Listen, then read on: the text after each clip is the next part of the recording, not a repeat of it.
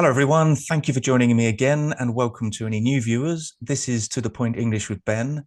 I'm Ben, and that's Craig, but I'll introduce him in a moment. Because in this video, you're going to learn some really useful and interesting vocabulary. But actually, Craig himself doesn't know what we're looking at and what this video is all about. But the vocabulary you're going to learn is useful for your general English, of course, but also if you're planning on taking a Cambridge English exam. And that may be where you recognize Craig from, because he's appeared in a couple of my older videos where we've been talking about the Cambridge English exams, because he has a lot of experience as a teacher, but also as a former Cambridge speaking examiner. So Craig, welcome back to my channel. Thank you for coming. Thank you very much for asking me back on, Ben. A little bit nervous, a little bit apprehensive. I have no idea what Ben's going to ask me, but I'm really happy to be here. Yeah, you're being really brave, Craig, because to come onto a YouTube channel without having any idea what you're going to have to do can be a bit daunting, but it's going to be fun. That's the idea, because I should say at the time of recording this video, we're at the end of July, so we're in the middle of the summer in the Northern Hemisphere, and most people are on their summer holidays, so they're not really thinking of studying so much. So I thought I'd make a video which I think will be more fun. Hopefully, we'll see. But a bit of a clue, what we're going to be doing today is proving basically that I can read Craig's mind. I'm a little bit psychic. I'm going to show that I can predict what he's going to say. Just by giving one word, I can predict a phrase that he is going to say. Okay, Craig, do you think I can do that? Do you think it's possible? Well, we'll see. I'm excited to know if you can do that or not. I don't think there's much in my head at the moment, but if you can guess what's in there, then fantastic. Let's see what happens. Well, that'll make it easier for me. Fewer things to distract me in your head. If you could keep it simple, then not much knocking around in there these days. Well, as I said, that's better for me at least. But yeah, I guess you're on holiday mode too, right? You're not really almost complicating your life too much. Yeah, that's right. Okay, so how this is going to work, I'm just going to simply say a word, and I'm going to ask Craig to tell me what phrase comes to mind when he hears this word. And I've written down all of these words. I have them on my phone already. Oh, I have the phrase. I've written down the phrase that I think Craig is going to say. We're going to do two or three, and then I'll explain why I can predict what Craig is going to say or what he's thinking. So let's get started. If you're ready, Craig. Yes, let's go. Let's do this. Okay, so I'm just going to say one word, and I'm going to ask Craig to say what the phrase that comes to his mind is. Okay. So the first word, Craig, is umbrage. Umbrage. I take umbrage. Aha, let me see. What you say. Okay. Can you see that? Take umbrage. That's magic, right? I read Craig's mind. You read my mind. How did you know that? I'm a psychic. It's mind reading. How could I think that particular expression, that take umbrage, just like a collocation, but just by saying one word, I knew what Craig was going to say. That's surely magic. But before we move on to the next one, we should explain the meaning. Craig, what do you understand by the meaning of to take umbrage? I would say it's kind of to take offense or to object to something. Would you agree with that? Exactly. Yeah, I would say to take offense, to take offense, to be offended by some kind of perceived insult that somebody may have said something or done something, and you take umbrage at it. So I have an example, because obviously Craig couldn't prepare any examples because he didn't have any idea what I'm doing or what words were going to come up. So my example is, Craig took umbrage at Ben's comments about his shirt. So I had that sentence prepared, hoping that Craig would wear a shirt that I could. It's funny. It's funny you should say that, because I was going to wear a really loud, colorful, vibrant summer Hawaiian shirt. I thought maybe not. It might not be so appropriate, but now I wish I had, because you could have taken umbrage to it. Well, yeah. Well, more on. I may have commented, I may have said that's an awful shirt, Craig, and you could have taken umbrage at my comment. So we say to take umbrage at something. So yeah, imagine I said, "Oh, Craig, that's an awful shirt you're wearing today," and that's kind of insulting. It's rude, and Mm-hmm. you could be offended by that and take umbrage at my comments. So yes, good start, Craig. You got it. You got it right. The first one, to take umbrage. So number two, the word is amok. Amok. So it's one word. AMOK. What phrase comes to mind? To run amok. Let's Have I got see. that one? I'm not To writing run anything. I'm amok. just going to show you to You've run got this. amok. Run amok. Fantastic. Well done. This is just proving that I'm It's psychic, of course. magic. It is magic. How is this possible? Do I have some superpowers, some special ability to read Craig's mind? I'll explain in a moment, but well done, Craig, to run amok. Yep, quite a common phrase, quite a common expression. All of the phrases that we're using, we're talking about today, are used in real modern English. Craig, what do you understand as, or how would you explain the meaning of to run amok? To go a little crazy, to behave in a disorganized manner, a disorganized way. Mm-hmm. The football supporters ran amok Mm-hmm. when they lost the game outside the ground, for example, that they were shouting and running in different directions like chickens, very difficult to control. Excellent. Yeah, really nicely explained. Yeah, to behave in an uncontrolled way. So yeah, Craig's example is really good. The football fans lost control. They just behaved in a very uncontrolled way. So yeah, to run amok is that. Often it's used to refer to children, to children running amok. My example is the children are running amok at the breakfast buffet. So you can imagine you're in a hotel and all the children in the hotel are just misbehaving, really going crazy, as Craig said, sort of running around, and the parents aren't controlling them, so they're just going crazy. So good. Yeah, actually, the origin of amok is from Malay, so the Malay language, which means frenzy, apparently, like this crazy Oh, wow, frenzy. So that's that's the interesting. idea. Yeah. Yeah. Okay, I think we'll do one more before I explain what this is all about, really, because I'm not actually psychic. I can't read Craig's mind. It's something. There's something else going on here. But let's try number three. And the word is shebang.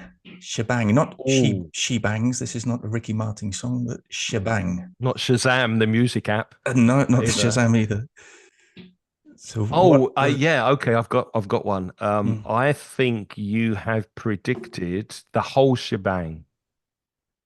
whole shebang? Whole shebang. Good. Craig, just to confirm, we haven't prepared this beforehand, right? No, We I had haven't. no idea what Ben was going to ask me or tell me today. No, That's true. this is not set up beforehand. We haven't prepared or planned this. This is Hand on my heart. I had no yeah, idea. yeah. So yeah, the whole shebang is the phrase. So Craig, what does that mean for you? Everything. I organized a party for my sister quite recently. True story. And it was her Mm, 70th birthday party. So I ordered drinks, I ordered a buffet food, I ordered a birthday cake, I ordered live music, the whole shebang. the whole Everything. shebang. That's a fantastic example. Yeah, it's everything that can be included in something. That really to emphasize that it's everything that's possible, really. And that example, Craig's example of a party, is perfect. Yeah, again, I'm impressed by your examples, Craig, without any time to prepare them. I did prepare some examples, but actually, I think your example is better than mine, even though I What prepared was it. your example? All right, my example is Dave bought a new car with all the extra features, the whole shebang. Yeah. So you can see in both of our examples, we used the whole shebang at the end of the sentence. It's really just to emphasize that it's everything. It's really emphatic, the whole shebang, everything, everything possible, everything that can be included. So this new car, cars now come with lots of features and they're optional. But if you want everything, all the new features, all the extra features, it's the whole shebang. So I think it's time to explain why I can predict Craig's answers now. What we're looking at here, and we're going to look at seven more, but the first three, these are all what we call fossil words. So fossil words, I love fossil words, but they're words that only exist in modern English in these fixed expressions. So they've basically disappeared. They're old words, archaic words that have completely disappeared from the English language, except in very specific fixed expressions or idioms. So umbrage, we would never really use umbrage in any other context, right? Craig, it would Yeah. always say to No, no, you're right. take It's umbrage. You know? take umbrage, yeah. So it's almost like it's a phrase or two words or collocation that's just become frozen in time, and we never we can't really play with it. It's just there as a chunk, as a piece of language that doesn't change. Exactly, that's it. I think they're fascinating because they're this link. You have to think of all the words that have disappeared, thousands and thousands of words that just don't exist anymore. But these are the survivors. They've survived by hanging on to other words or fixed expressions. So, yeah, umbrage, amok, shebang. You would never hear those words used in any other context or with other collocations or other phrases. They're only used in those phrases, and that's why. Well, that's how I know what Craig, as a native English speaker, is thinking when I say these words. I know what phrases he's thinking of because these words are only used in these phrases. So I'm not psychic. I can't read your mind, Craig, but Well, I'm so pleased I didn't make up a collocation that's not common, that doesn't exist. well, Like I was to give umbrage, I could have said, but then that doesn't make sense. That's not a phrase we use. So exactly. You would know. It just instinctively sounds wrong, doesn't it? It just yeah, so that's why I was confident that you would get these phrases, these expressions, because any other collocation or any other phrase would just sound wrong because we don't use it. As Craig said, these are chunks of vocabulary. You can learn them together. There's no point in learning the words separately because we never use them separately. These are chunks. right. So now you know what we're doing, you know where this is coming from. We'll continue. Some of them may not be as easy. Some of them are maybe a little bit more difficult because just hearing the fossil word out of context, it's sometimes difficult to come up with a phrase. Craig knows all of these because he's a native English speaker, and we just know them. I think. I mean, maybe there are, as I said, there are Really? some difficult ones, but we'll see how it goes. Okay, so the next one, number 4. As I said, I have 10 in total, so 7 more. Number 4, I think this one's quite simple, but ado. Ado, Craig. What's the phrase we can use with ado? I do. Hmm. Oh, I think you've stumped me there, You know this Ben. I one think without you've a. got me. I do. Oh, without further ado, without further ado. Is Yeah, that right? Yes. perfect. You've got it. Without further 4 out of 4. ado. Excellent. Yeah. Now, some people have said that, or would claim that much ado about nothing is another phrase which uses Yes. ado, but that's the title of a Shakespeare play. So some people maybe use it in real life situations, but it would sound a bit silly if you say, "Oh, it's just much ado about nothing," because you're Hmm. literally quoting the play. So really, the phrase is "without further ado." That's the fixed expression in which we use this fossil word ado. And I must say, Ben, that when I hear that, because you hear that a lot on podcasts when they give an introduction to a guest without the guest being there, and then they say, without further ado, I'm here with Ben from To the Point English. So they would use that as an introduction to actually bringing the guest on. And I always feel it's well, obviously it's a set phrase, but I Yeah, always feel, well, isn't there anything else they could use instead of that? Or yeah. it just seems so predictable. I don't know if that makes sense. Yeah, cliche. Cliche, yeah, Yeah, it's cliche. true. We use it. I've used it in videos before because when in my YouTube videos, I agree with you, Craig. Sometimes I deliberately don't use it because it's so overused. Yeah. Um, because when I give an introduction to the video, I explain what I'm going to talk about, like a vocabulary video, like today, and then I say, okay, without further ado, the first word, for example. So yeah, Mm. it's to say without wasting any more time, no more fuss, just getting down to Let's go on with it. Yeah, exactly. Yeah, let's get to the brass tacks. let's do what we're here for. Exactly. But yeah, it's only used in that figure. Ado is only used in that expression. So very very common. Um, as you said in speeches, in introductions to videos, podcasts, those kind of things. So without any further ado. So I think that's all we need to say. So without any further ado, let's move on to number 5, Mm-hmm. which is a really strange one. I think you'll get it, Craig, but let's see. Caboodle. The whole Caboodle. caboodle. The whole caboodle. No? No. Yes, yes, but I think No, that you're not. Oh, wait, wait, for wait. Don't there's another blow word. blow the whistle yet. Mhm. You'll know it when I tell you, but I think Caboodle. Uh, no, tell me, Ben. I'm not going to get this one. I mean you are right. It is. It's like the whole caboodle, but there's another word. It's something and caboodle. So that and caboodle. No, I'm blanking. I can't think of what it could be. I will Okay, probably know it when you tell me. Go ahead. I'm sure you'll know it. It's kit and caboodle. The whole kit and caboodle. Oh, Yes, kit I've and caboodle. heard it. I wouldn't use it myself, kit and Okay, caboodle. I don't think I've ever said it. I've heard it, but okay, yeah. So it's in my passive vocabulary, but I wouldn't right. use. Yeah, that's interesting. Yeah, because I think this is a bit of alliteration going on, the kit and caboodle. So the same first sound in both words, but you immediately said the whole caboodle, so you knew what I was referring to because that is what kit and caboodle means. The whole kit and caboodle. We often say kind of similar to the whole shebang in many ways. We use it in similar contexts. It means the whole thing, of the whole collection. So it's often referring to a collection of things in general. So what is a caboodle? Good question. A caboodle, the origin, because I did check this, it's apparently in it, with a lot of these, the etymology of words, people are nobody's really 100% sure, but it probably came from boodle, which again is an archaic word which has completely disappeared, but evolved into caboodle. It just referred to a group or a collection of people in the past. So a boodle was a group of people. So caboodle comes from boodle, and kit and caboodle.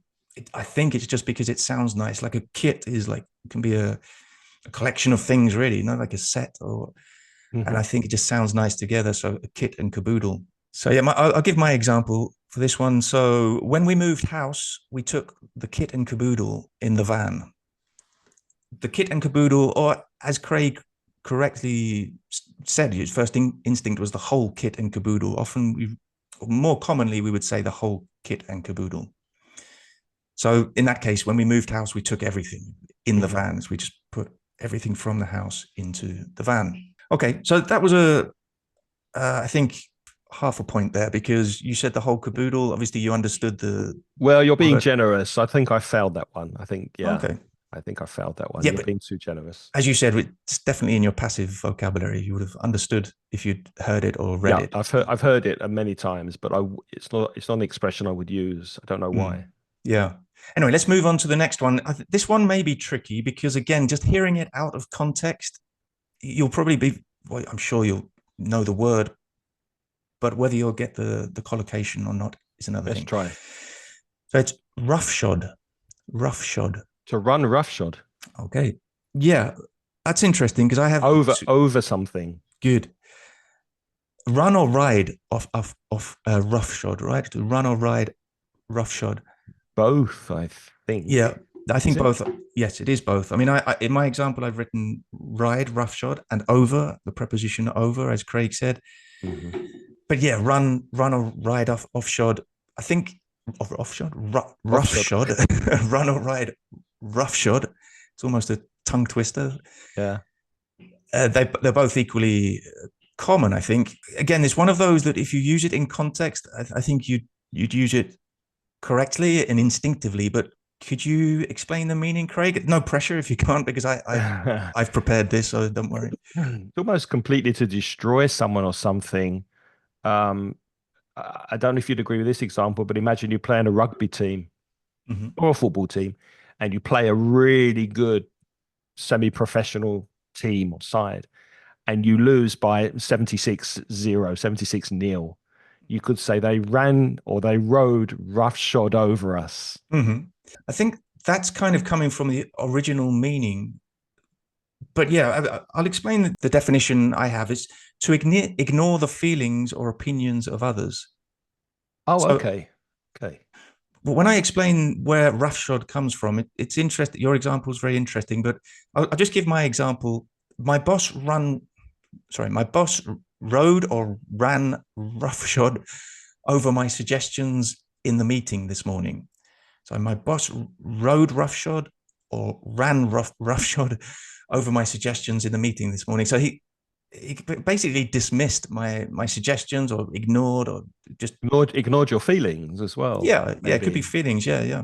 The origin of roughshod, it's when a horse, it's an adjective to say when a horse has, it's very specific, but has horseshoes with nails sticking out or protruding from them to prevent from slipping. Mm-hmm.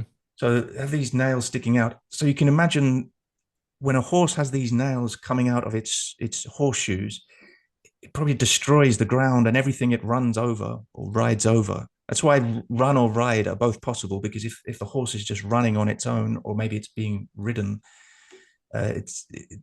both actions are the same basically. That's So interesting because I didn't know it was connected to horses. yeah, So I've learned something as well, that obviously to shod makes me think of horses' hooves, the feet of horses.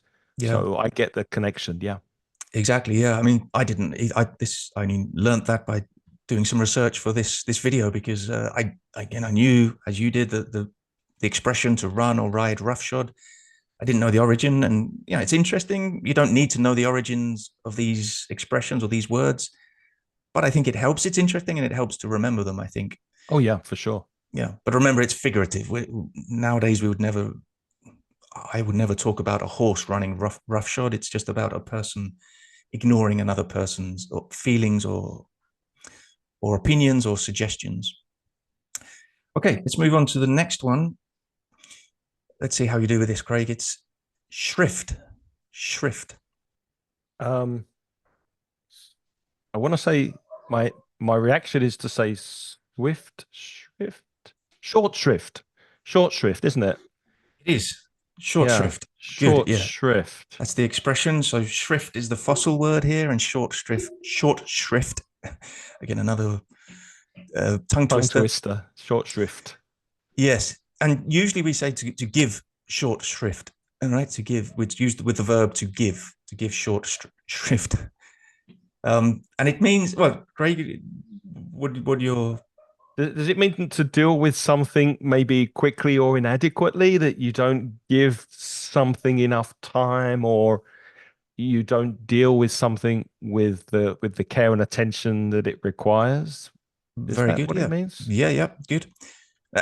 People may think it's strange because Craig would use this word, this Automatically, phrase without in thinking context. of a definition. Yeah. Exactly. So it's yeah, the definition, pretty much what you said, Craig, is to give little attention or sympathy, probably deliberately, but yeah, to give short shrift. So my example is the teacher gave short shrift to the boy's excuses for not doing his homework.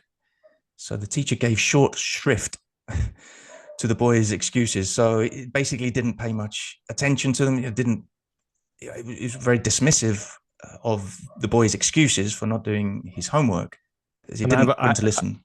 I have a feeling you're going to tell us what shrift means. I am, and this is strange. it's it's a confession to a priest. A shrift is an archaic old word. Really? Again, it's not used in modern times, but originally it meant it's a confession to a priest. Wow. Yeah. Interesting. You can imagine maybe the evolution of the word in this, to give him short shrift, short confession. So the priest wasn't willing or to pay much attention to the confession, so sort of dismissed the person confessing quite quickly. But yeah, nowadays that's not the use. Again, this shrift is an archaic word. It's a fossil word which is not used in any other context nowadays. Okay. Okay, so let's move on to number 8. Let's see about this one. This one could be confusing because it depends on the spelling. But let's just see. The fossil word is baited. Baited. Bated breath. Sorry, yeah, I didn't have my. Is that what you have? It is. Yep. With bated breath. With bated breath. Yeah.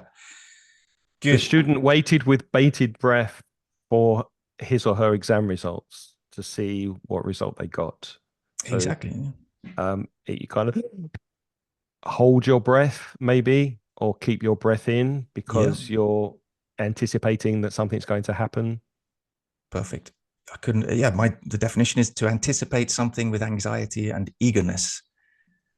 And as Craig said, actually, the origin of to bait or baited is to hold or restrain. So if you hold your breath, so when you're waiting for something very eagerly, again, not necessarily literally, you're not.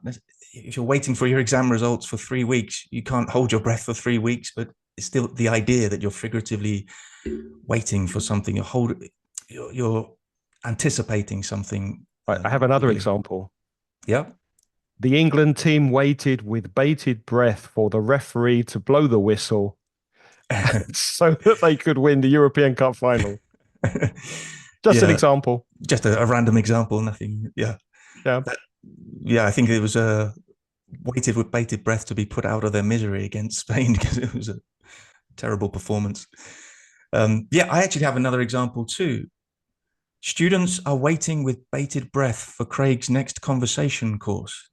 Ooh, excellent example. It's a nice example, yeah. I like that one. Because Craig, you do have these conversation courses, right? That you're starting, or I think they're continuing, but you have a new one coming up in September. Is that I right? do, yeah. As we're recording this, we're in July, which, as Ben said at the beginning, it's summertime here in Europe. But from September, the conversation courses will be starting again. So I don't know if you agree, Ben, but most students tend to get very nervous about speaking, especially if they're Mm, facing an exam or a job yeah. interview. So these conversation courses are aimed at students who need a little bit more confidence, a bit more fluency. Mm-hmm. You practice in a small group of lovely people, and we get together on Zoom, and we have discussions, role plays, debates, presentations, all that good stuff. And yeah, if you're interested, get in touch. I'm sure Ben will put a link to the website. Yep. Book a free consultation call with me, and I'll explain more. Yep. Yeah, I'll put a link to that in the description. Highly recommended. Check that out and contact Craig for more information. I'm also going to put a link to Craig's podcast, Ingles podcast, in the description. As I said at the beginning of this video, many of you will know Craig from previous videos I've made. But if there are any new subscribers or new viewers, Craig is a former English examiner, a Cambridge speaking examiner, but he's also a very experienced English teacher, first and foremost, I would say. And yeah, he's an online teacher like me, so he has lots of options. So check out the links in the description for that. And thank you, Ben, for not giving that short shrift. Very good. Excellent. Can we use any more fossil words in this? That's what I'm thinking what they were now to try and use them. I didn't run roughshod off over your. No, No, you I have didn't. them all written in front of me, so I have that. Yeah, you didn't take umbrage. No. But without further ado, let's move on to number 9. This one is also really tricky, and I'll explain why in a moment. The fossil word is desserts. Desserts. I would say just desserts. That doesn't mean you go out for a meal and only have dessert. Exactly. And that's where it gets confusing because the pronunciation is desserts, but you'll notice from the spelling, there's only one S. And usually when we spell this word, or when this word is spelled like this in the most common use, it's desert. So an area of land with no growth, no vegetation. And notice how the stress changed when Ben said those two words. So Yeah, desert, where the sand is, has the stress on the first syllable. Dessert, ice cream, etc., has the stress on the second syllable. exactly. And this desserts in this phrase, it's pronounced with a stress in the second syllable, like dessert, the ice cream or what you eat at the last meal, the last part of a meal, the sweet part of the meal usually. So it's pronounced the same, but it's spelled like desert. So it's confusing. But again, this is neither of those words. It's not desert or dessert with a double S. It's desserts as a fossil word, and it's used with just. So just desserts. So it doesn't mean an area of land without any vegetation or the food you eat at the end of a meal. What does it mean, Craig? Um, just in this context means correct or appropriate. Mhm. So, for example, if somebody does something bad to you, and then later something bad happens to them, you could say, "Oh, that person got their just desserts. They deserved to have that happen because they did something bad in the beginning." So it's something that is a kind of deserved. That's the best way I can put it. Yeah, that's exactly what it is. Yeah. The only thing I would point out there, or something I would add, is that it's referring to the punishment or the reward that one deserves, that So someone it can be deserves. positive as well, you'd Yeah. say. Yeah. Okay. If you work really hard, if you study really hard and prepare for your exam and you pass your exam, you get your just desserts. So it you get your reward, the rewards for your work. I think, yeah, sorry to interrupt. yeah, I would guess that it's used more negatively than yes, positively. That's my yeah, feeling. yeah. I was going to say the same. I think Mm. generally, at least in British English, but I think in general, it's used more in negative contexts. But it can be positive. But yeah, keep in mind it's usually negative. And yeah, as Craig said, it really means about what you deserve. So these two words, desserts and deserve, they come from the same origin. They're from a French word, déservir. I don't speak French, obviously, but they just come from the same root, but or the same origin, I should say, and have evolved differently. So there's nothing more to say about that, except be careful not to confuse the spelling and the pronunciation. It's desserts, but not desert. And I'm guessing just comes from justice. Yeah, just fair, like, Fair. yeah, to be just, to be fair. Yeah, exactly. So my example is the cheating athlete got his just desserts and was banned for life. So this athlete cheated somehow, and we often use to get your just desserts. So the verb with this phrase is to get your just desserts. In this case, the athlete was banned for life. So yeah, negative. My example was negative, so it's more common. Yeah. Okay, excellent. There's one more, the last one, The last one. Let's go. and this one, yeah. Well, I'll just say the word, and then I'll explain why it can be confusing too. It's chomping. Chomping. Oh, I think we go back to horses with this one, like riding roughshod, chomping at the bit, I would say. Chomping at the bit. Yeah, Exactly. the bit being the thing in the horse's mouth like this that they bite on, and Excellent. Yeah. chomping down to bite down on it when they're maybe nervous or they're anxious. They chomp down on the bit. Yeah. That's the origin. That's the literal meaning, and it's the origin. But what does it mean when you say if we're chomping at the bit? But before we continue, I should say that actually there are two options: chomping or champing. Oh, Champing at the really? bit, and Okay. apparently champing is the origin. To champ is the original verb, and champing at the bit is the original expression. But nowadays, for me, it was chomping at the bit, and I think probably Craig. Obviously, you're from England, Southern England, like me. But how would we use it, Craig, in a more figurative or modern sense in the real world? When you're very excited or anxious or keen to do something or for something to begin or start, then you would say that I'm chomping at the bit. For example, I was really happy to come on Ben's channel today, and I was very anxious, Mm. excited, maybe butterflies in the stomach. I was chomping at the bit to get started. I was really happy to jump on and start this conversation. So it's something that you're looking forward to, and you're maybe a little bit excited about.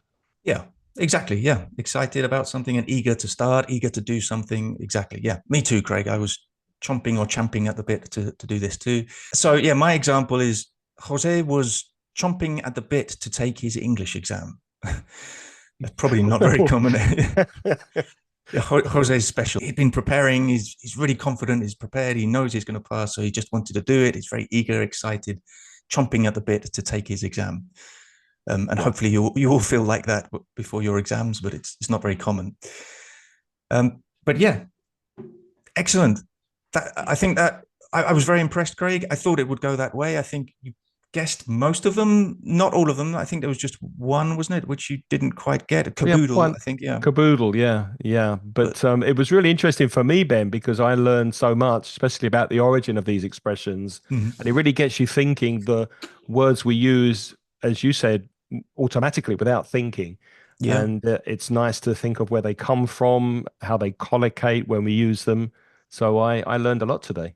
good. Yeah, it was fun for me. And as I said, I want you to I want to make sure that you know that these expressions are used in real English, and you can use them in your exams. I would recommend more in the speaking, not so much in the writing or formal writing, at least. Most of these expressions are used sort of more in more colloquial situations, but they are real. You know, these are not, although the fossil words are archaic, the expressions themselves are still used. So yeah, I find it a fascinating area of English vocabulary, and Me too.